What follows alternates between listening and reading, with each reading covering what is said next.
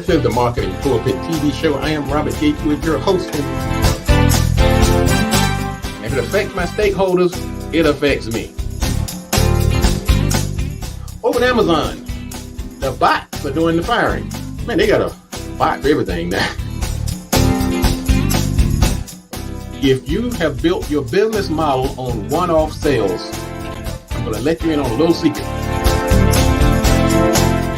They don't have a better product than you. They just have better marketing.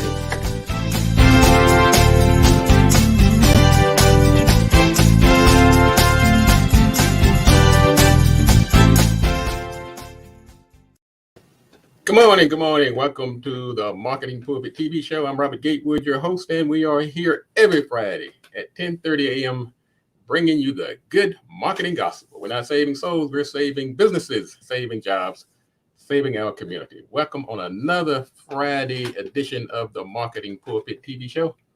And I'm Robert Gatewood, your host. Glad to be here on another Friday. Man, I'm telling you, Fridays just keep on coming. They keep coming, but that's a good thing. Because you know what, ladies and gentlemen? I just realized something the other day. Now, of course, it shouldn't have been a revelation, but we all have probably come to this revelation at some point or the other. People are going through a lot out here. Some people are really having a tough time. We've been in this pandemic now for, over a year?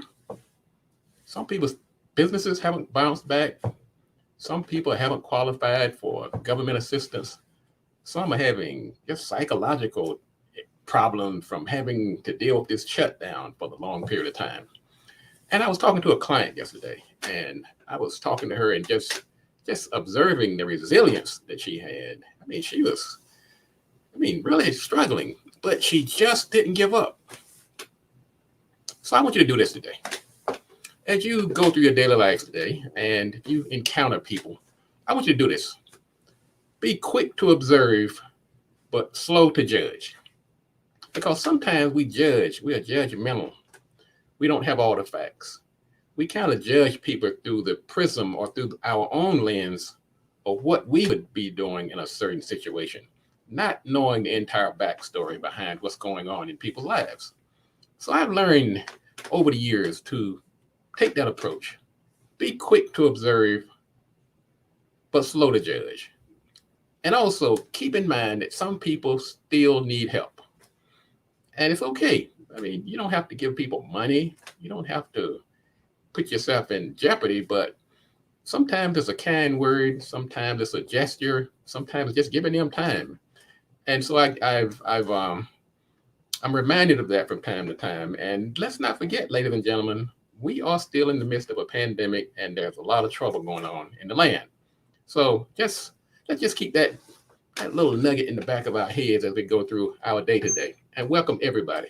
I'm Robert Gatewood, and this is the Marketing Pulpit TV show. I come to you every Friday, bringing you the good marketing gospel. I want to thank everybody for tuning in all over the land. We have people tuning in from practically every corner of the globe. And you can get us by going to marketingpulpit.com. You can listen to the show right there on the homepage. You can also go to LinkedIn. You can go to Facebook, YouTube, Twitter, Venmo. And if you don't feel like remembering all those different handles, just go to Marketing Pulpit. You can get the information right there. And for anybody who's not on social media, you don't have to have social media to get this great information. I'm Robert Gatewood. I'm a business developer by trade. My company is Gatewood Marketing and Web. I'm also an adjunct professor at Prince George's Community College. I've written a couple of books, one called Played in Full, and the other is Smarter Than the Boss. I'm also a consultant for the Small Business Administration. I help companies in the 8A program. And I'm just glad to be here. I'm the producer and host of the Marketing Pulpit TV show. And good morning, Brother Brown, for tuning in this morning. Glad to see you up and busy this morning. He's one of our great followers and one of our clients as well. And he's one of the greatest plumbers that I know of. Speaking of trouble in the land, I hate to be somber this morning, but man, I tell you, sometimes we just got to acknowledge what's going on. We have two very serious humanitarian crises going on right now. We have the situation that's going on in Afghanistan. And I hope, I'm not going to get into politics this morning, but I do hope that as a country, as a society, we get out of this notion of toppling governments and trying to install our form of democracy in other lands. I just can't think of a situation where it actually worked out. I mean, maybe somebody can school me this morning, but it always seems to have this. Next thing you know, there's helicopters landing on top of buildings. There's this people scurrying to get out of the country. We're leaving behind just enormous amounts of equipment and resources. So hopefully, as we move forward as a country and as a society, let's focus on democracy right here in these United States. I think we have enough challenges going on right now. That would be my lesson learned from the debacle in Afghanistan. I do wish the people there have safe passage and that there's we can find something bright out of this tragic situation. Also, in Haiti. Woo, man, Haiti. Man, you're talking about a country that's deserving of our prayers and well wishes and love and support. They had the earthquake back in January 2010. And then back in this past July, I think it was July 12th, 2021, their president was assassinated, President Moise. And then this August 14th, we had another earthquake of 7.2 magnitude. And now we have poor Haiti again. And on top of that, they're having floods and tornadoes and hurricanes. I pray for you, my poor people, my troubled people in Haiti. But I just want to speak to you in your language. CC Mission on the radio marketing pulpit. It's just we, Robert Gatewood, both your hosts. Mompova Trouble John. Pouvez-vous trouver le paix, le cherchez-vous? Mon pied sont avant toi. In other words, my prayers are with you. So to the people in Haiti, I do send out my prayers and well wishes, and hopefully you see a brighter day. Let's talk about some of the things. Later in the show, we're going to talk about sales. Now, I know everybody hates sales. You hate for people to try to sell you stuff. And most of us, when we get into business, the first thing we try to do is say, look, I'm going to start a business so I never have to sell again. Well, hate to put it to you so bluntly, but if you are in business, you will have to sell. Matter of fact, you become number one salesperson in chief. So we're going to talk about later in the show. We're going to talk about sales without selling. I know you're saying, wait a minute now, how can you sell without selling? Well, let's put it this way. You and I, we can go wink, wink. We know it actually is selling. But what you want to do is to not come across like you're selling. And some of the best sales techniques are use the approach of we're not actually selling. So I take from this approach, don't even think of it as selling. Think of it as serving. Less selling, more serving, and you're going to get greater results. We're going to talk about that later in the show. And we have to give you an update on what's happening in the news because the news just keeps on coming. And later in the show, we're going to give our segment, War in the Workplace. We have stakeholders who are turning on each other. People are suing each other. People are fighting each other. Customers are fighting. There's staffs in restaurants. Staffs are fighting. The customers are fighting back. The airlines are unfriendly. We're going to talk about that and what we can do about it and how it may affect you. So thank you for tuning in to the Marketing Pulpit TV show. Welcome, welcome, welcome again. We got a busy show lined up today. And get comfortable, grab a chair, and let's get started. Let's talk about the what's happening in the news. Now, here's an interesting story. Did you know that self-employed people are 4 times wealthier than people who have regular jobs? Woo, woo, woo, woo, woo. I've been waiting with that kind of news, right? Now I just need to wait on the money. Well, I mean, there are a lot of factors that goes into these numbers, so you want to get the full story, but this was from the Census Bureau. They said self-employment is one way to achieve economic mobility. especially as wages continue to decline. Now, how you get that economic mobility, that's another story. Now, one thing you can do, you can listen to the Marketing Pulpit TV show every week, because that is exactly what we preach. That's our mission. That's our reasons for being, our raison d'etre. So that is actually good news for business owners. Now, unfortunately, those numbers may be skewed by the people who are at the top. That old 80-20 rule, probably 20% of the people or less are making over 80% of the wealth. So what we have to do as a community and as business owners is to keep elevating ourselves. And that's why I'm constantly pushing the foundational aspects of marketing. I'm almost gotten to the point where I believe that business success and marketing failure are mutually exclusive. You cannot have business success if you are failing at marketing, because marketing is so comprehensive and it's so encompassing. You have to have some marketing success or you will have business failure, because marketing covers so many things. It covers your product, your pricing, your locations, your promotions, your customer service, your advertising, your stakeholder relationships. And that's why I often talk about the marketing 10 commandments. Follow those 10 commandments. We'll cover that again on another show. So yes, that's right, folks. So if you're a business owner out there, that's good news. Now let's go out here and make it happen. You just can't say it and it occurs. You have to do the steps to make sure you are actually continuing to elevate your business. And let's support the business owners out here. And because another thing, business owner, it's not good enough just to make this money, to make 4 times more than your peers or friends and families who are actually pulling down 9-to-5 jobs. The key is to go out here and hire and spread this wealth around, not to see how many fancy cars you can acquire or how many trips and vacations you can take or just wasting the money. Let's take this money and recycle it in the community and support the small businesses, the other small businesses, and help bring them up along with you. That's good news. Now, here's an interesting story. Did you know that Black Americans who didn't finish college have more student debt than white borrowers with an advanced degree? Let's chew on that for a minute. So if I'm a Black person, I got a student loan, didn't even graduate, so I can make some money to pay it off.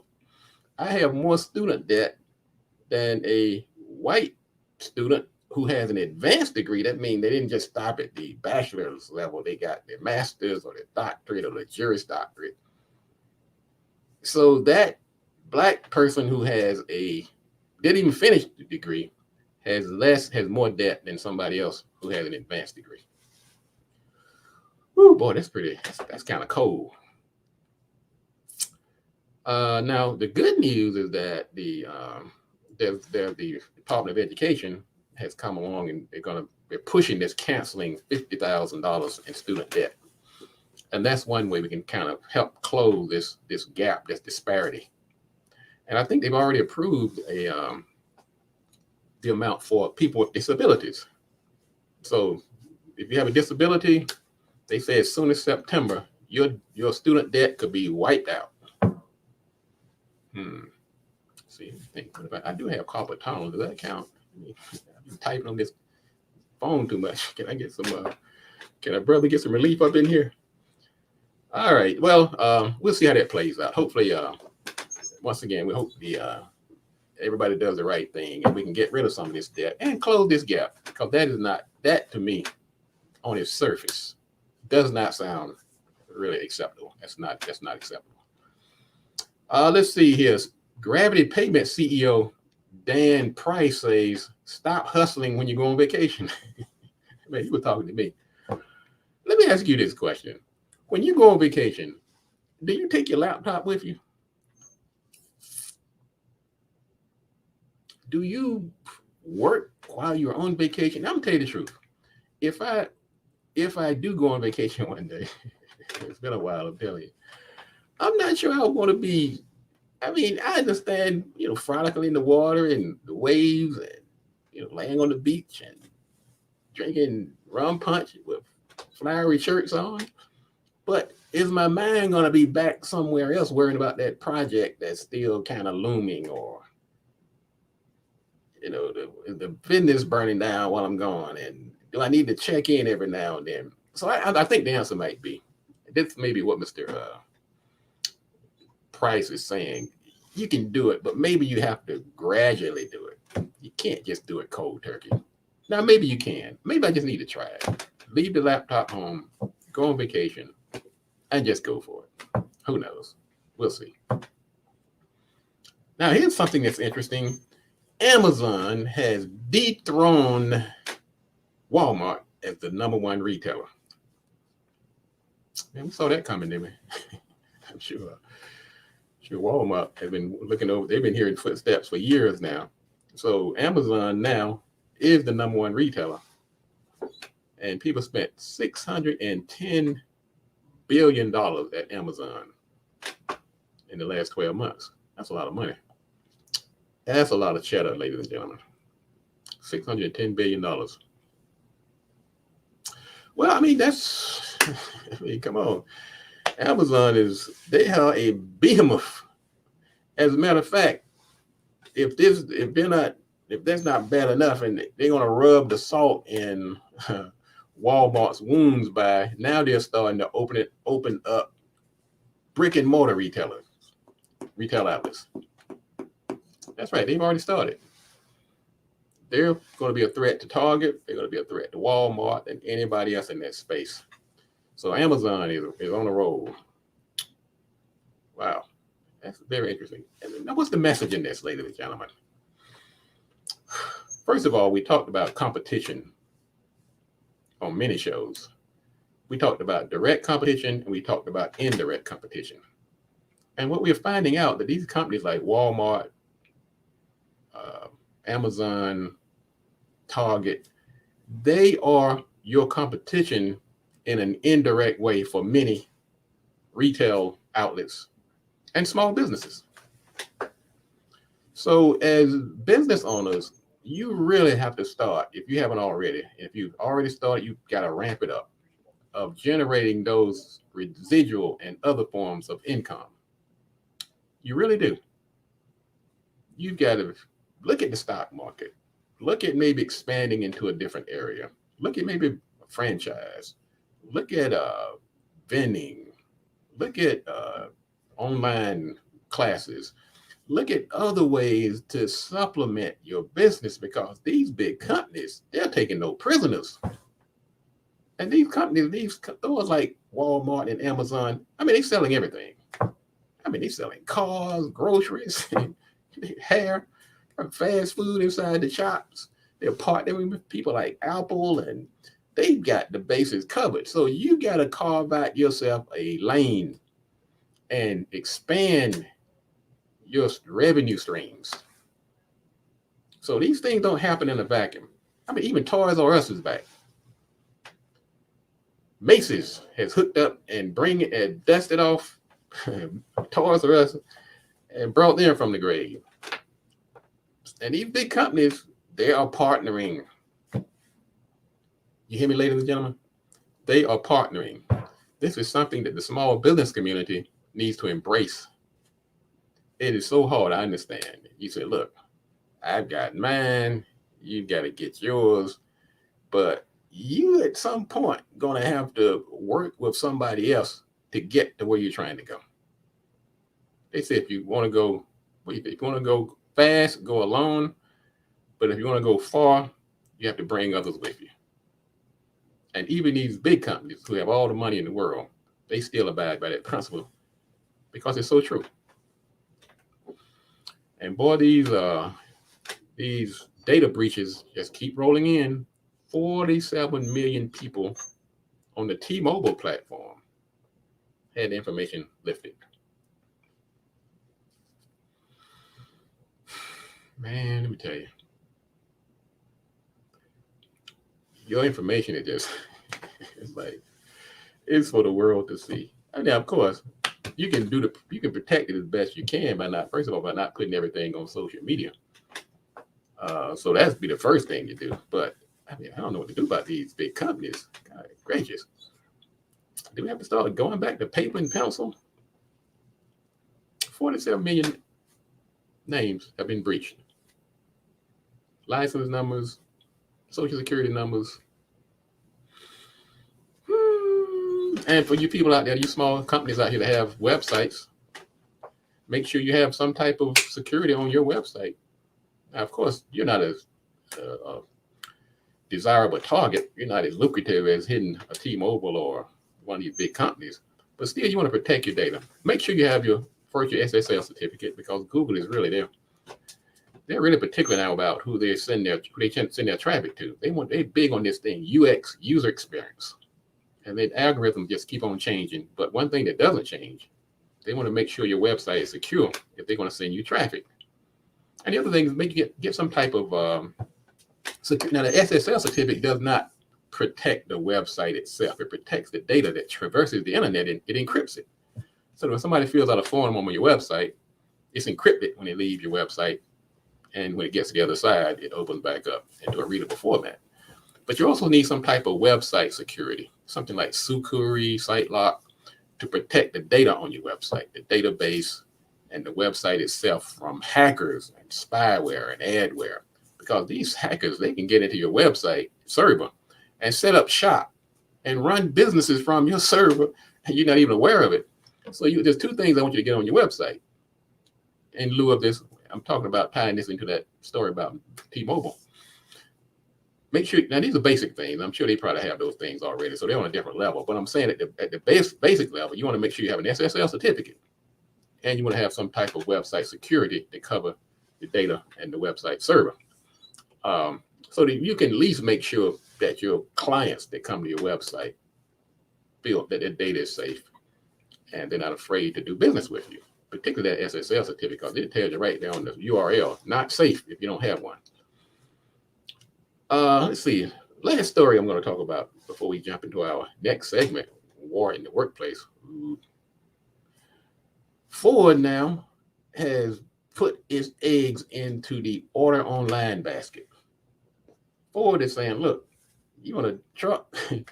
Just go to our website. And they have this virtual reality on the website where you can actually go through the entire user experience of buying a vehicle online, and they're pushing that. Now, I've been saying this to you, business owners as well. You've got to embrace this technology. I want you, no matter what line of work you're in today, I want you to think about, can your service be sold online? Think about it. Now you're saying to yourself, wait a minute, I'm a plumber. How can I sell plumbing services online? Well, let's put it this way. You might not be able to sell the plumbing services online, but there are a lot of steps in that sales process that you can do online. So we have to embrace this technology and look at your distribution channel. We call that P, the place. Make sure that you have the technology to make that experience available to your clients. And good morning, Adele. And good morning, everybody else tuning in this morning. What we're going to do, we're going to take a quick break this morning. We're going to come back. We're going to talk about war in the workplace. I want to thank everybody for tuning in this morning. And très bien, Monsieur Gatewood, say Brother Brown. Très bien, merci. Pas mal, merci. And we're going to take a quick break. When we come back, we're going to talk about war in the workplace. And when I say war in the workplace, that's a segment we started a couple of months ago. And what has happened, we've seen so many things that are happening because, let's talk about war in the workplace. I talk about stakeholder relationships quite often. Stakeholders is anybody who has a stake in the success or failure of your business. And generally, these components, these ingredients work in concert. They support each other. We have synergy. They're like, freaking frat, working together.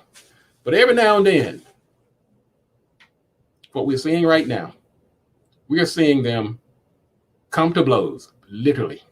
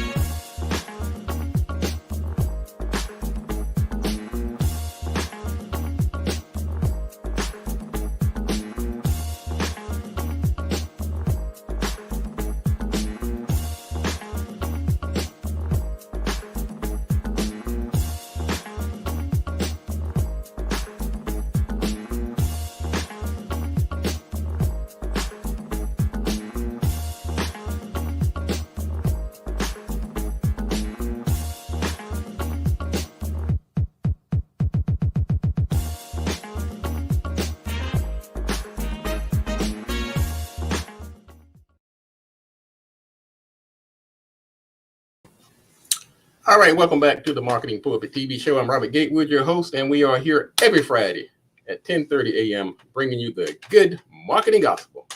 We're not saving souls, we're saving businesses, we're saving jobs, we're saving our community because we need that economic foundation. That's right, we need to hire our own folks.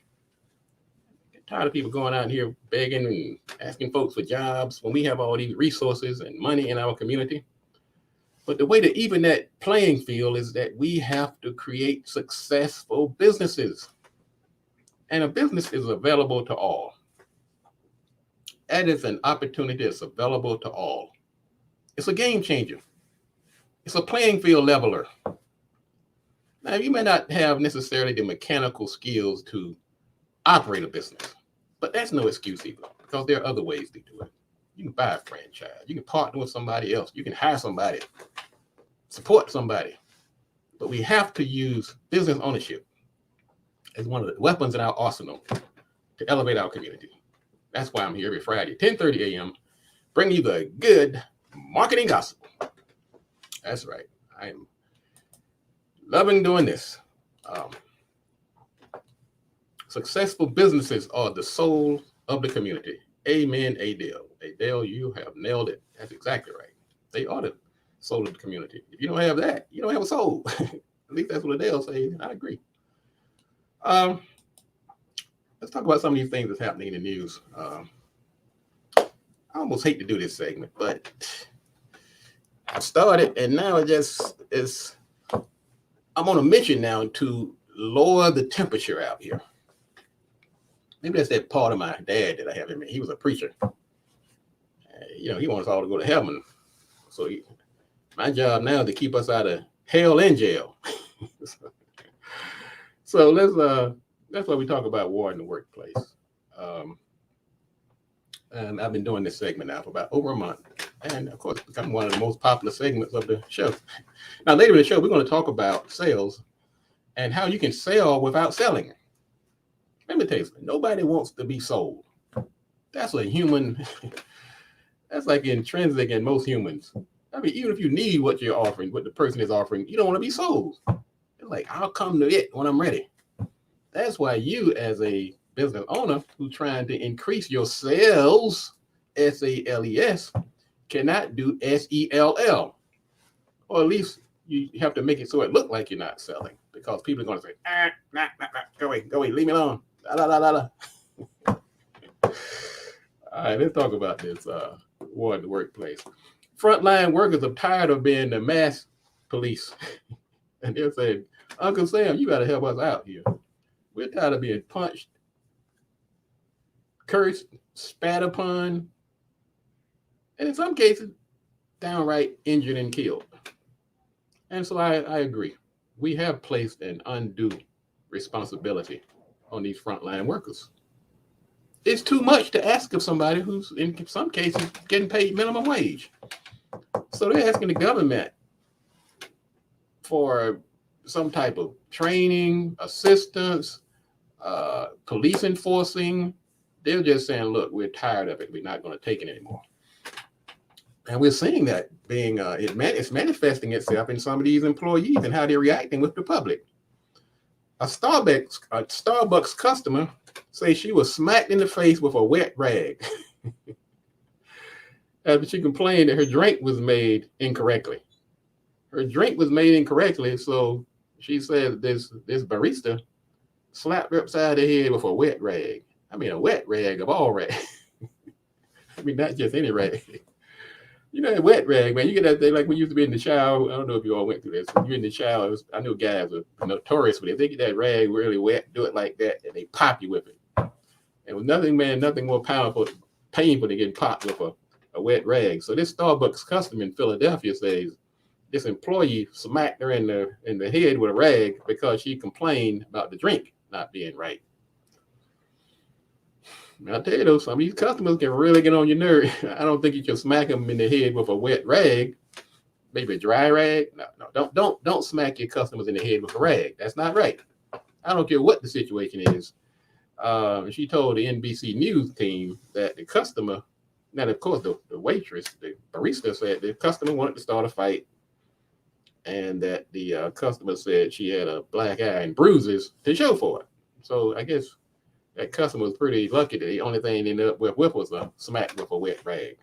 But we're sure that this is a one-off. This is not something that's common. That in most cases, almost no other situation where we see workers attacking the customers. Let's see the next score. Chipotle.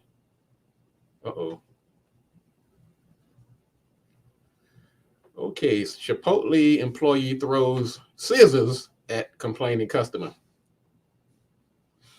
Okay, maybe I was wrong. Maybe this is more common than we think.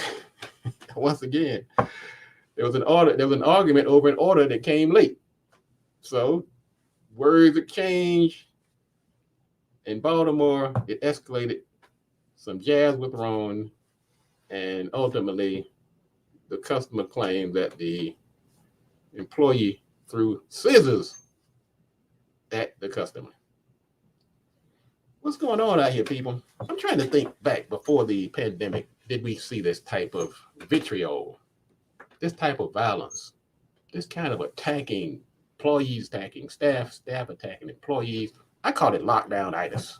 I think it's a mental condition. Matter of fact, these Harvard University psychologists, they actually they did a survey and said this was a possibility that people have been out of touch with reality, with human. They haven't had this human interaction, and it actually has affected their ability to interact with people once they got out of this lockdown, and it's showing itself. Now, something else that's happening. Lawyers are just having a field day. I tell you, boy, that's one time I have a lot of clients and friends in the law profession, but some of these cases that come up. This Mexican grill in Texas lost a $5.5 million lawsuit because they overserved this customer. He claimed that he was given too much alcohol, which caused him to get into a fight. Somebody knocked him upside the head. He fell down. And now he's suing because he had a head injury. Woo, boy, that's a lot to unpack there. So he sued the restaurant and he won because somebody punched him in the head. He fell on the ground and injured himself. Well, he didn't injure himself, but I guess that punch, that left hook, is guilty of that. But he's suing the restaurant because the restaurant gave him too much drink, which caused him to get into the fight, and which ultimately led to him getting punched out, and he fell and bumped his head, and he was injured. Oh boy, I don't know about that one. Restaurants shouldn't overserve people. If you see somebody getting drunk, you should cut off their tab. But is it the restaurant's fault that you got into a fight and got punched out and bumped your head? What's going on? But like I say, once again, like the other story, I'm sure this is just a one-off. These kind of things don't happen on the regular. In most cases, judges throw this kind of thing out. They say, look, you have to bear some responsibility. And that's why we have a legal system full of competent jurists. Let's see. California man sues after a bear in a dumpster surprised him. Who put these things in order? It was too coincidental. So this guy, he went out and he was vacationing in September, opened a dumpster to throw in the dog waste, and a bear jumped out and scared him. And because of that, he fell down and tore his Achilles tendon, and he's suing the condominium, which manages the property, and the waste management system. He's suing them for $15,000. So he's taking out his dog poop to put into the dumpster, and a bear jumps out and scares him. He falls down. Maybe you need to sue the bear. I mean, the bear is the one that did it, not the condominium association or the waste company. But I'm just telling you, boy, this country is so litigious now. People sue you for everything. They sue you for a bear. They sue you for You drinking too much yourself? I don't know, folks. Now, United Airlines, they come up with a new rule. They saying, look, don't duct tape the passengers to their seats.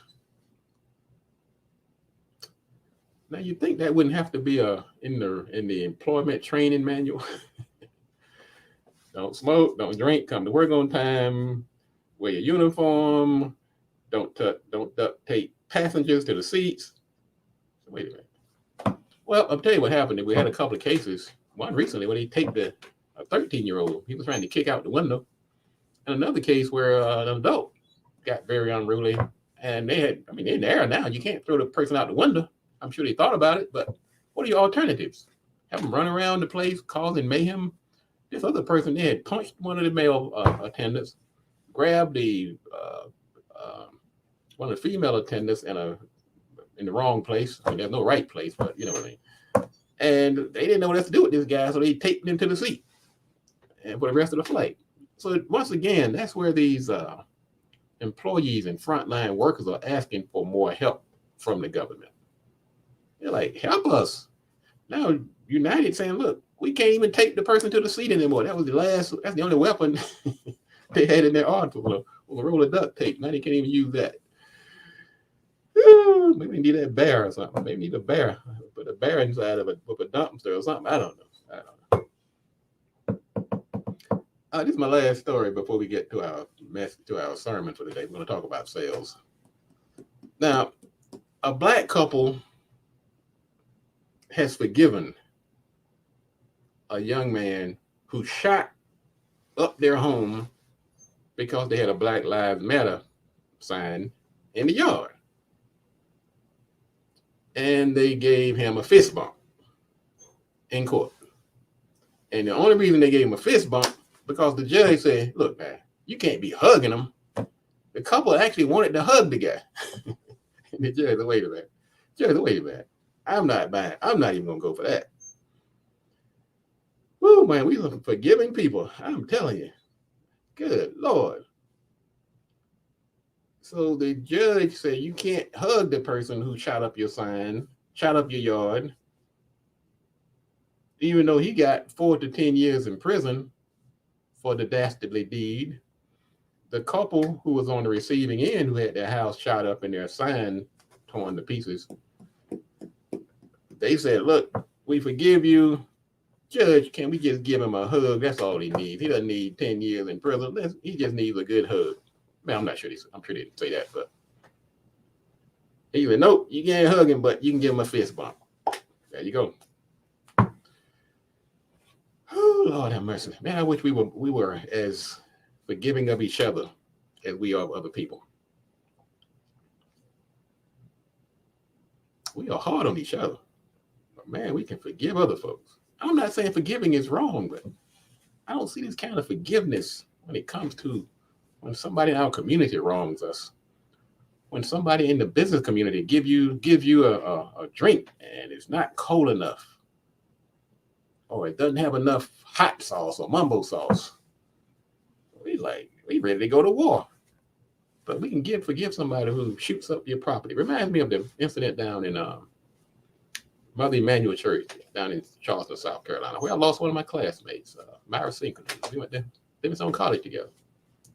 And the little thug that shot the place, man, people are falling over backwards to forgive this guy. Oh, Lord have mercy. If I have to do that to go to heaven, I got to do some more praying. I'm telling you. I just got to work on this. Forgive me. I'm just not there yet. I'm sorry. Brother Brown and Adele and everybody else listening, I don't know. Y'all got to pray for me. I'm just not there yet.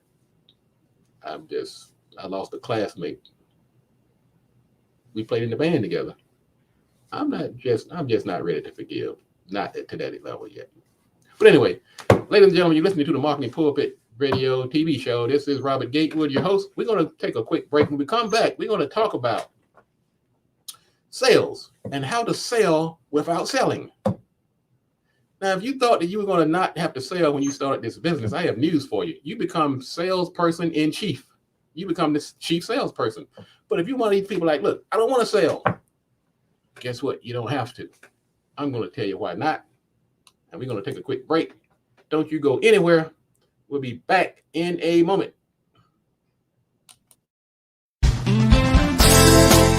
One of those pivotal aspects of business success, you have to tie it to something, you have to ground it. Because marketing is all about psychology. It's understanding human behavior. Success is not a finite. You have control over what constitutes success.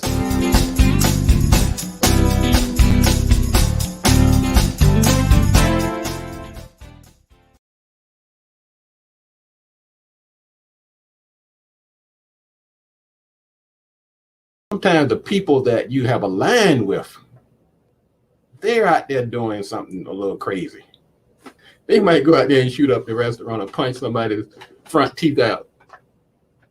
And of course, everybody goes and Google, they go to their website, they go to their Facebook page, and there you are. Your arm all around them.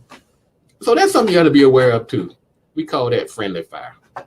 And then also you have some people who actually will associate with you to smooth out their own rough edges.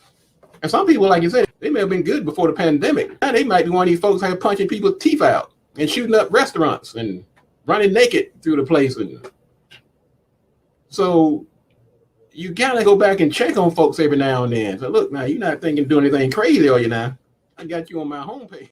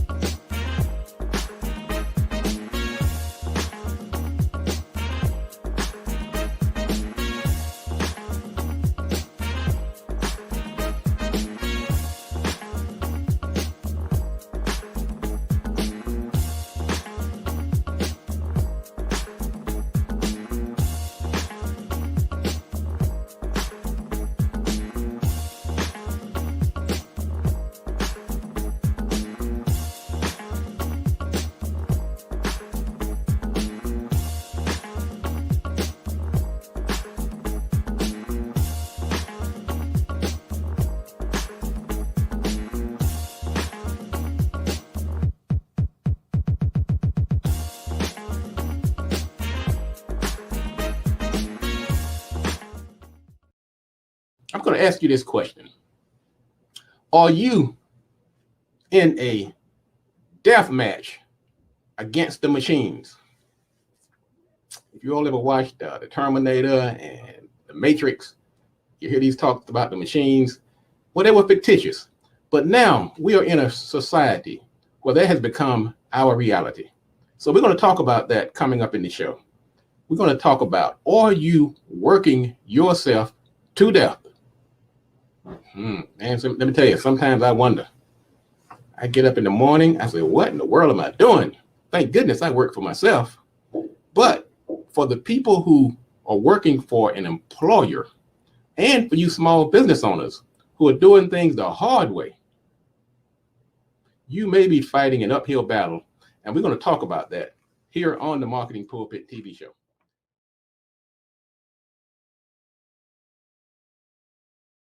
All right, welcome back. Welcome back to the Marketing Pulpit TV show. I'm Robert Gatewood, your host, and we are here every Friday at 10:30 a.m. bringing you the good marketing gospel. We're not saving souls, we're saving businesses, we're saving jobs, we're saving our community. Now, on this show, everything we do is strategic. Now, there's all kinds of information out here in the Twitterverse, on Facebook, on YouTube, on Google. There's podcasts, there's this, there's that. But one thing you will discover here on the Marketing Pulpit TV show is that we talk strategy because we want you to use this. I can just sit here and rattle off some things to go out here and do, but I want to make you a strategic thinker. And that's why when I talk about advertising, when I talk about branding, when I talk about sales, when I talk about social media, I'm not just throwing out instructions and things to do. I'm going to talk strategy. Let me tell you why. The thing that I talk about work, because I do it every day. That's right. I am a business owner of a advertising and marketing firm. we have to deal with this on a daily basis. So I'm not just a teacher. I'm also a doer. Well, I'm a teacher too, but I actually teach this stuff at the college. But anyway, we're going to talk about sales today. So I'm going to give you 10 tips. And some include some of the basic things that we talked about in sales, like closing and objections and benefits and all that good stuff. But I want to put a little strategy behind it. Now, the first thing I want you to do is, because what we want to do is to make this sales process not look like we're trying to sell people, because people are going to turn off the minute they feel like they're being sold. It's just human nature. So what you have to do is to make this process, and not just to make it that or make it seem that way, it should be that, in fact, a servicing operation.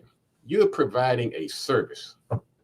So when somebody asks me, are you selling me? No, I'm not selling you something. I'm providing a needed service. Well, how do I know it's a needed service? Because number one rule is you want to make them or encourage them to initiate the contact. There you go, folks. Now that's how this ball gets to rolling in the right direction. If you can get them to initiate the contact, man, you have been given a carte blanche. You can bug them the rest of your life. Hey, you called me. That's exactly right. You want them to contact you first. And that just changes that's a game changer. If you're sitting there going through the phone book and hitting people up in the elevators and chasing people down the street, it's going to be a much longer road to hoe. But if they contact you, man, I'm telling you, it opens up the universe. Now, how do you do that? By effective marketing and advertising. So the reality is that the sales starts before the sales process. Like anything else in marketing, it does not exist in a vacuum. You have to be constantly putting out your features and your benefits of your products and your sales. You have to engage in good marketing, effective advertising, making sure you're on the right platforms, making sure you're using the right code words and emotional hot buttons, all that good stuff, and let people contact you. Now, that's not going to always be the case, but I'm telling you, that's the best place to start. Now, another thing you want to do in this strategy, you got to lower the threshold to make it easier for people to interact with you. In other words, don't say, look, hey, you got to come down to my office, or I got to come to see you, or I got to thump through all these hoops. Man, let's make it easy. Let's tell people, look, you can Zoom. I had somebody call me yesterday. I think this lady's in Baltimore or something. She's trying to decide when she's in the DC area. And when I'm up there, I have to look, hey, man, we don't have to do this. Let's do Zoom. How about that? I blame it on the COVID. Man, I got that appointment. We're talking on Monday. So lower the threshold. Don't make people jump through all these hoops. I know you got a nice office. You want people to come see, and you're tired of being locked down. And you want to have that interaction, but let's make it easy. You can be Zoom, you can do a telephone call, but let's lower the threshold to get that initial interaction. Now, this is something I want you to do. I'm going to put this up here early because we're going to talk about it more in depth at the end. But start using trial closing the minute you interact with that person. Now, what's the difference between a trial close and a close? Well, it's the same thing. You're trying to get the sale, but you don't want to jump out the gate saying, hey, look, ready to start? Let's go. You don't do that ever. Well, the trial close is kind of like testing the water in case that person is ready to go right now. And some of them are, but you don't usually know that if you don't do the trial close. So the trial close might be something like, how soon you want to get that? How soon you want that website? That's a trial close, whether you know it or not. You're just curious. But because they might say, look, hey, I need this. I need like yesterday. Man, you can forget all this other stuff. You go straight for the jugular from there. You get out your order form and start writing. That's why you do trial closes. And you can do it at any point in this process. You don't have to wait till the end, which is a mistake many people take. They follow these sales books, like benefit selling, handle objections, and then close. No. Do those trial balloons every time you interact with that person. Find some way to ask for that sale. Now, something else I want you to do. You got to paint that picture. Now, what do I mean? I don't mean become Picasso or Pablo or some artist. Have you done the overdue recognition art gallery over there in Boy, great people up there, by the way. But when I say paint the picture, you got to make that customer see themselves riding in that new car. It's like, man, it's really going to be nice. You had that new AC, hot as it is outside. That's called painting the picture. It's like, man, I know you're going to be tired of folks asking you where's your website, right? Yeah, they like, damn, you're right. We call that painting the picture. You putting them into the driver's seat before they actually have the key. They start seeing themselves. That is so effective. So you want to do that. You want to inject that in the process as well. Now, if you have to send somebody some information, which may happen sometimes, like I said, if you've done your trial balloon and they haven't not ready to sign up, you want to make sure that information has some information that has some, that package you send them is moving that process along. You want to add some things like some testimonials, generate that social proof, talk about how other folks are doing it and how they're going to be out there all by themselves if you're not doing it. And then also you want to get and start looking for those objections as they pop up. Now, the thing about objections, I know, like I said, people have in the sales field, sometimes they do this stuff by the book. They got this hierarchy of things. But I take a different approach to objections. I say, why wait for them? Folks, we know what the objections are going to be. I mean, if you've been selling this product for 100 years, 20 years, 10 years, you know exactly what the objections are. Why wait? And another reason you don't want to wait, because many of the objections are what we call hidden objections. They're not going to tell you. They're not going to say, look, hey, that costs too much. They're going to say, hey, let me go home and talk to my wife. Oh, well, let me think about it. They're going to give you everything except the real objection. So instead of waiting, I like to take the proactive approach. Let's get the objections out of the way from the get-go. I will start talking about price. Well, look now. Now we just had matter of fact, we just had a price increase last week, but I think we're not going to. I think I can get you in at this original price. Two things happened. We addressed an objection, and we did a trial close. Right there in this one sentence. These are strategic things, ladies and gentlemen, that it doesn't look like you selling somebody. So let's get these objections out of the way. Like I say, once again, let's get those testimonies in the front of them too. Somehow you got to get that person to see that you have been doing this for a minute. Social proof should be included in practically every aspect of sales and advertising. And that simply means that others are doing it, and that person should be doing it too. And with you. You go to my website, it's just one big page of testimonials. And because I understand the power of social proof, so you want to inject that into your sales process every chance you get. You could be on the phone, matter of fact, that person on the phone, and your phone could ring, your cell phone could ring. It's, oh yeah, that was that client working on their website. I just want to just make sure I got them. They want to start next week. I just want to make sure that. So hold on a second. You just dropped in some social proof. That's strategy, ladies and gentlemen, and it's honest, and it's not giving you that salesy, hungry look, but it's very effective. Very effective. Now, what you want to do also, you want to do what we call risk aversion. Make it less risky to do business with you. I mean, sometimes you're dealing with folks never heard you. They wouldn't know you from Jack. What this Gatewood guy talking about? You gonna build my brand and get me some customers and write my marketing strategy. Well, I'm going to try to do everything I can to make it sound a little less risky to do business with me. So on my website, I'm going to put things like my cage code. That means Uncle Sam at least done check me out. You can't get a cage code if you got to have at least a DUNS number and a business license or something.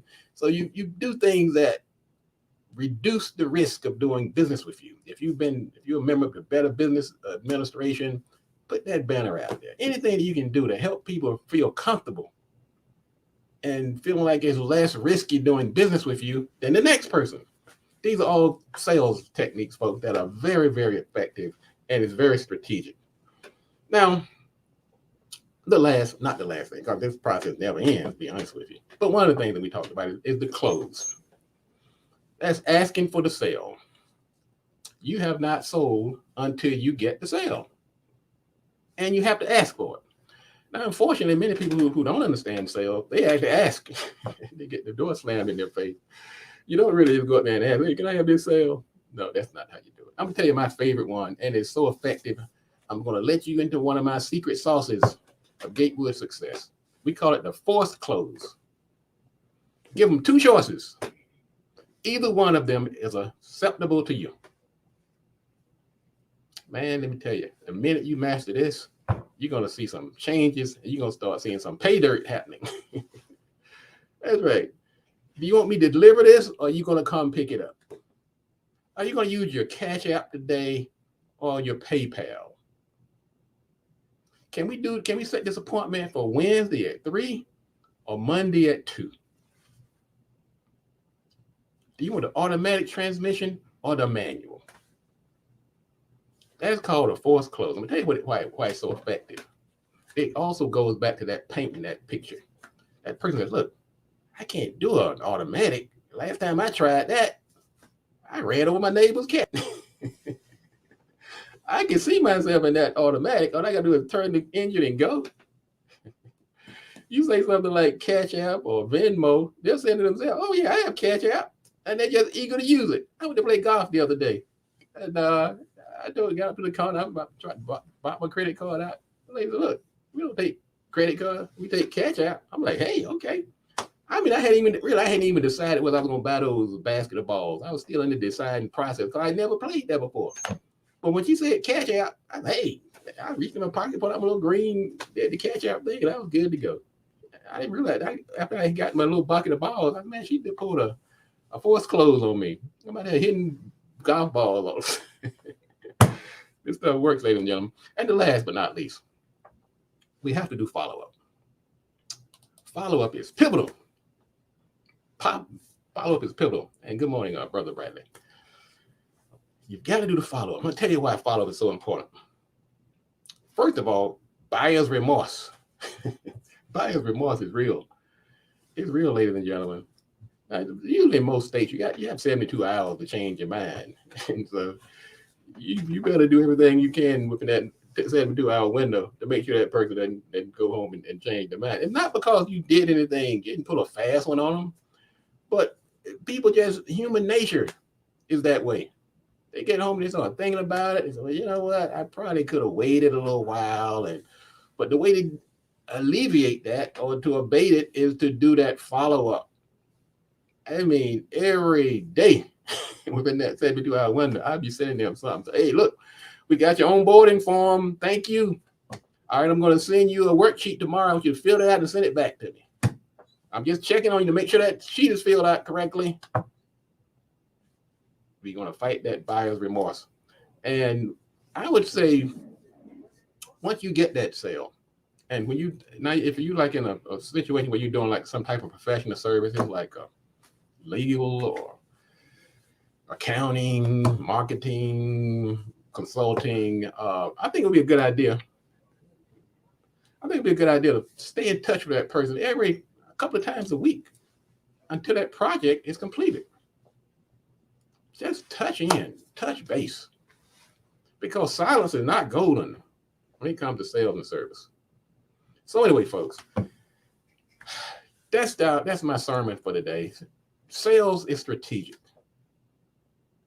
It's not about twisting somebody's arm, making them do something or buy something that they didn't want, because that's going to come back to hurt you. What you want to do is stop looking at it as you're selling or convincing someone to do something, but call it for what it really is. You're providing a much needed service. And it's even better if you do your marketing and advertising correctly and they contact you, because let me tell you, that makes a world of difference. Thanks again, ladies and gentlemen, for joining me today on the Marketing Pulpit TV show. I'm Robert Gatewood, your host. I will be back next week at the same time. In the meantime, go to marketingpulpit.com and you can listen to some of the past shows. You can subscribe to our YouTube channel. Also join us on Facebook and follow us on Twitter, wherever your social media platform of choice. But also Also, set your clock, set your dial. You're getting this information free every week. I'm not sure how long it's going to be free or how long I'm actually going to be live here every week because, believe it or not, ladies and gentlemen, I'm busier than a one-on paper hanger. I have a boatload of meetings lined up this afternoon, but I've made this a part of my mission to come to you every week to make sure that that we deliver this information because it's so vital to our survival of our community and the economic elevation thereof. So anyway, I'll be back next week. Also, I'm also going to be teaching my courses starting back up in the fall. So you can go to Marketing Pulpit. On the right side, you'll see the courses that I'm teaching on marketing strategies. I teach social media, social networking. I also teach networking works. So that's where I teach over at Prince George's Community College. And unlike in the past where you had to drive over to the college and find a babysitter, and now you can actually take those classes online. And we have quadrupled the number of people who join us for those courses. And in some cases, like with the BOSS program, you have to get continuing education units. So you want to check that out as well.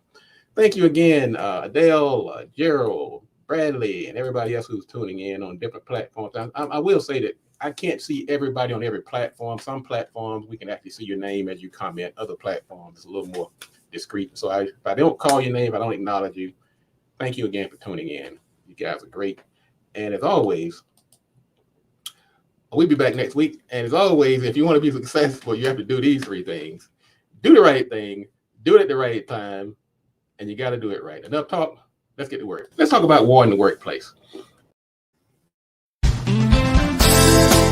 People don't understand marketing. You can't stop every time the money runs out. You need to come on and tell people why your service is different. Why is everybody so angry? Airline passengers biting the TSA agents. I mean, it reminds me of one of those zombie apocalyptic movies. And as a community, collectively, we're going to be taken more seriously if we have that strong economic foundation. Do the right thing, do it at the right time, and you have to do it right. Enough talk.